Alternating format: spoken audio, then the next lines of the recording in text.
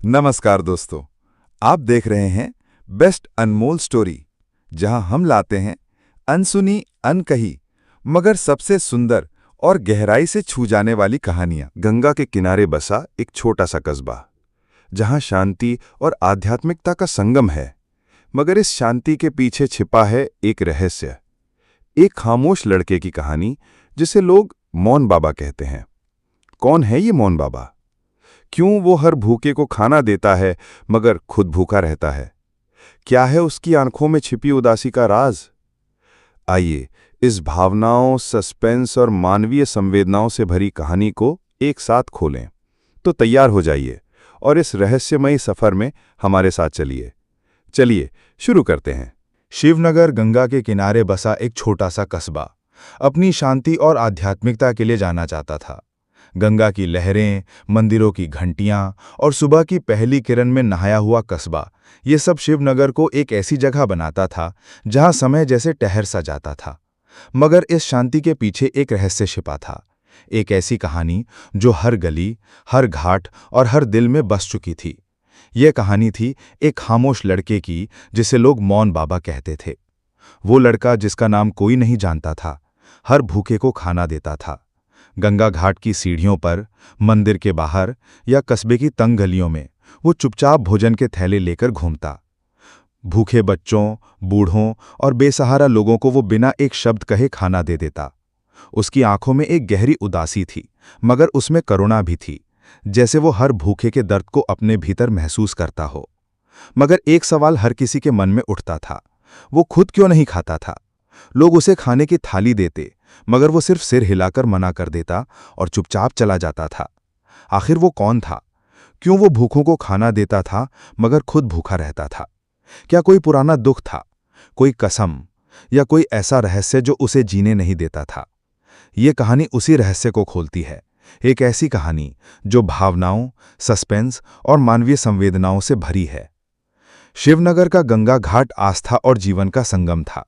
सुबह की पहली किरण में जब गंगा का जल सुनहरा हो उठता, तीर्थयात्री, साधु संत और स्थानीय लोग यहां जमा होते। यहीं घाट की पत्थर की सीढ़ियों पर वो खामोश लड़का पहली बार देखा गया था। उसकी उम्र शायद 20-22 साल रही होगी। लंबा कद, सांवला रंग और आंखों में एक ऐसी गहराई जो देखने वाले को ठिठका देती थी। वो साधारण से कपड़े पहनता, एक फीकी सी कुर्ती और धोती, मगर उसकी खामोशी में कुछ ऐसा था कि लोग उसे देखकर रुक जाते। मालती, एक बूढ़ी विधवा जो घाट पर फूल बेचती थी, उसे सबसे पहले देखने वालों में से थी। एक ठंडी सुबह जब कोहरा गंगा के ऊपर छाया था, उसने देखा कि लड़का एक छोटे से भिखारी बच्चे को रोटी और सब्जी का पैकेट दे रहा था। बच्चा भूख से कांप रहा था और उसकी छोटी सी हथेलियां खाने को देखकर चमक उठीं। लड़के ने बिना कुछ कहे पैकेट बच्चे के हाथ में रखा और गंगा की ओर मुड़ गया। मालती ने हिम्मत करके उससे पूछा, बेटा तू कौन है, कहाँ से आया है? मगर लड़के ने सिर्फ एक गहरी नजर से उसे देखा और फिर चुपचाप आगे बढ़ गया, जैसे उसकी आवाज किसी ने चुरा ली हो। उस दिन के बाद वो लड़का हर दिन घाट पर नजर आने लगा। कभी वो मंदिर के बाहर भूखे साधुओं को खाना देता, तो कभी गलियों में भटकते बच्चों को। उसका चेहरा शांत था, मगर उसकी आंखें एक कहानी कहती थी, एक ऐसी कहानी जो कोई नहीं समझ पाया था। लोग उसे मौन बाबा कहने लगे, क्योंकि उसने कभी किसी से बात नहीं की। उसकी खामोशी और उसका काम कस्बे के लिए एक पहेली बन गया। मगर सबसे बड़ा सवाल था, वो खुद क्यों नहीं खाता था? मालती ने एक बार उसे अपने घर बुलाया। उसने अपनी छोटी सी झोपड़ी में रोटी और दाल बनाई थी। बेटा तू इतनों को खाना देता है, मेरे साथ भी बैठ जा, उसने कहा। मगर उसने सिर्फ सिर हिलाकर मना किया और चला गया। मालती की आंखें नम हो गईं। उसने पड़ोस की चंपा से कहा, उसकी आंखों में कुछ ऐसा है जैसे वो भूखा नहीं बल्कि किसी और दर्द से मर रहा हो। शिवनगर के लोग मौन बाबा को लेकर तरह तरह की कहानियां गढ़ने लगे। कोई कहता कि वो कोई तपस्वी है जिसने मौन व्रत लिया है। कोई कहता कि वो किसी बड़े घर का बेटा है जो परिवार से नाराज होकर यहां आ गया है। कुछ लोग तो ये भी कहते कि वो कोई भूत है जो भूखों की आत्माओं को शांति देने आया है। मगर सच्चाई कोई नहीं जानता था। कस्बे का एक चाय वाला रामू चाचा मौन बाबा का प्रशंसक था। उसकी छोटी सी दुकान घाट के पास थी, जहां लोग चाय पीते हुए दुनिया जहान की बातें करते। एक दिन रामू चाचा ने मौन बाबा को अपनी दुकान पर बुलाया। बेटा एक कप चाय तो पी ले, उसने हंसते हुए कहा, मगर लड़के ने सिर्फ सिर हिलाकर मना किया और चला गया। रामू चाचा ने बाद में मालती को बताया, मैंने उसे रात में गंगा के किनारे अकेले बैठे देखा। उसके हाथ में एक पुरानी तस्वीर थी, शायद कोई पुराना दुख है जो उसे खामोश रखता है। इसी बीच शिवनगर में एक नया चेहरा आया, राघव शर्मा, एक युवा पत्रकार जो रहस्यमयी कहानियों की तलाश में छोटे छोटे कस्बों में घूमता था। राघव को मौन बाबा की कहानी सुनकर उत्सुकता हुई। वो एक बड़े शहर का पत्रकार था जिसे अखबार में छपने वाली सनसनीखेज कहानियां लिखने का शौक था, मगर मौन बाबा की कहानी में उसे कुछ और दिखा, एक ऐसी कहानी जो सिर्फ सनसनी नहीं बल्कि इंसानियत की गहराई को छूती थी। राघव ने ठान लिया कि वो इस लड़के का रहस्य खोलेगा। उसने कई दिनों तक मौन बाबा का पीछा किया। वो देखता कि लड़का हर सुबह एक पुराने मंदिर के पास जाता है, वहां से खाने के पैकेट लेता है और फिर उन्हें बांटने निकल पड़ता है, मगर वो खाना कहाँ से लाता था और क्यों वो खुद नहीं खाता था। राघव ने एक दिन हिम्मत करके उससे बात करने की कोशिश की। मैं राघव हूं, एक अखबार के लिए काम करता हूं। तुम्हारा नाम क्या है? तुम ये सब क्यों करते हो? उसने पूछा, मगर मौन बाबा ने सिर्फ एक गहरी सांस ली और चुपचाप चला गया।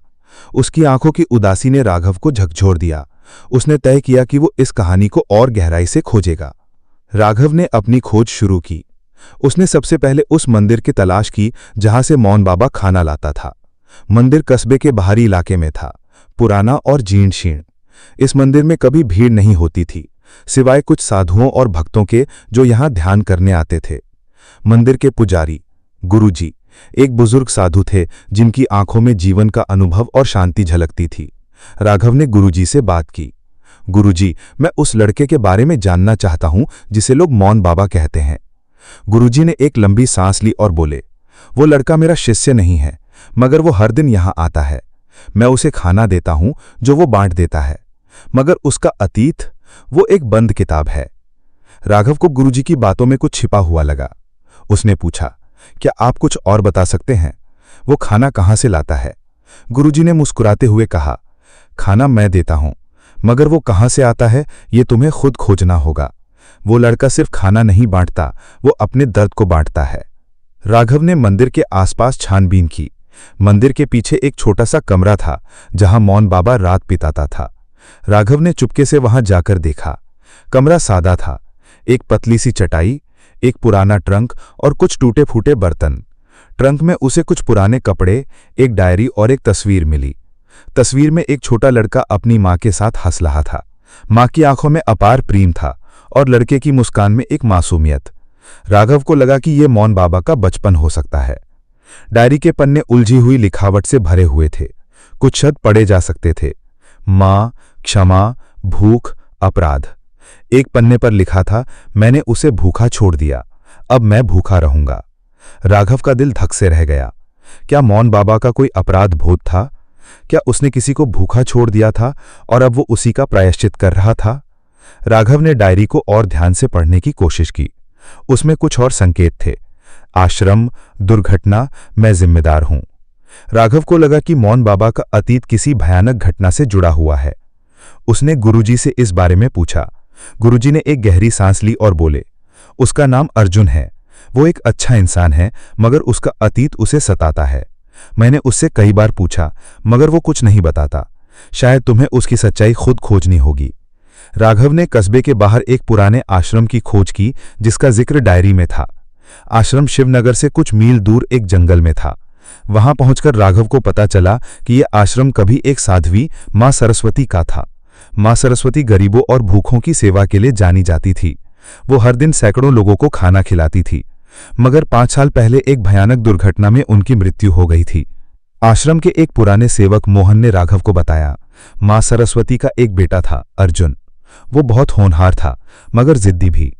एक दिन मां सरस्वती और अर्जुन के बीच किसी बात पर झगड़ा हुआ। अर्जुन गुस्से में घर से चला गया। उसी रात मां सरस्वती एक दुर्घटना में मर गईं। अर्जुन उस समय सिर्फ 17 साल का था।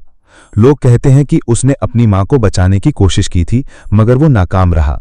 उसके बाद उसने बोलना छोड़ दिया और शिवनगर चला आया। राघव को अब अर्जुन की कहानी का एक हिस्सा समझ आ रहा था, मगर सवाल ये था कि वो दुर्घटना क्या थी और क्यों अर्जुन खुद को इसके लिए जिम्मेदार मानता था। राघव ने आश्रम के आसपास के गांव में छानबीन की। वहां के लोगों ने बताया कि मां सरस्वती उस रात एक पड़ोसी गांव में भोजन बांटने गई थी। रास्ते में उनकी गाड़ी एक ट्रक से टकरा गई थी। दुर्घटना इतनी भयानक थी कि मां सरस्वती की मौके पर ही मृत्यु हो गई थी। कुछ लोगों का कहना था कि अर्जुन उस रात मां के साथ था, मगर वो बच गया। राघव को एक और सुराग मिला। आश्रम के पास एक पुराना ट्रक ड्राइवर भोला अब भी वहां रहता था। राघव ने उससे बात की। भोला ने कांपते हुए बताया, उस रात मैंने गाड़ी चलाई थी। मां सरस्वती मेरे साथ थी, अर्जुन भी था, मगर वो गुस्से में था। उसने अपनी मां से कहा था कि वो भूखों को खाना देना छोड़ दे, क्योंकि इससे उन्हें कोई फायदा नहीं हो रहा है। मां सरस्वती ने उसे समझाने की कोशिश की, मगर वो नहीं माना।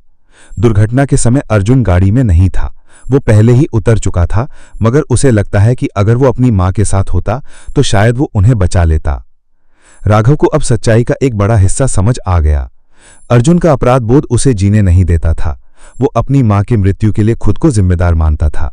उसने अपनी मां की बात नहीं मानी थी और अब वो उसी का प्रायश्चित कर रहा था, हर भूखे को खाना देकर और खुद भूखा रहकर।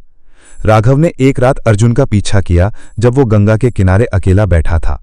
गंगा की लहरें चुपचाप बह रही थी और चांद की रोशनी में अर्जुन का चेहरा और भी उदास लग रहा था। राघव ने हिम्मत करके उससे बात की। अर्जुन, मैं तुम्हारी कहानी जानता हूं। तुम क्यों खुद को सजा दे रहे हो? उसने पूछा। पहली बार अर्जुन के आंखों में आंसू छलक आए। उसने धीमी आवाज में कहा, मैंने अपनी मां को भूखा छोड़ दिया। वो भूखों को खाना देती थी, मगर मैंने उसकी बात नहीं मानी। मैंने कहा था कि ये सब बेकार है। उस रात मैंने उसे अकेला छोड़ दिया। अगर मैं साथ होता तो शायद वो आज जिंदा होती।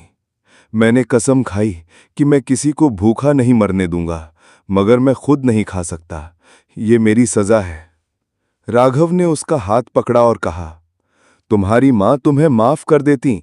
तुम उनकी तरह दूसरों की मदद कर रहे हो, मगर खुद को सजा देकर तुम उनकी आत्मा को दुख दे रहे हो। अर्जुन ने गंगा की ओर देखा और रो पड़ा। उस रात राघव ने उसे एक रोटी दी। अर्जुन ने हिचकते हुए उसे खाया। ये पहली बार था जब उसने अपनी सजा को तोड़ा। अर्जुन की कहानी शिवनगर में एक किंवदंती बन गई। लोग अब भी उसे मौन बाबा कहते थे, मगर अब उसकी आंखों में उदासी की जगह एक हल्की सी चमक थी।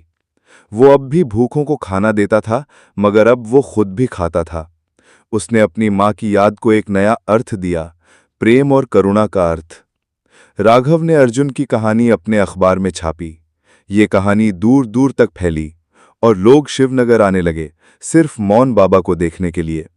मगर अर्जुन वही रहा, खामोश, सादा और दूसरों की सेवा में लगा हुआ।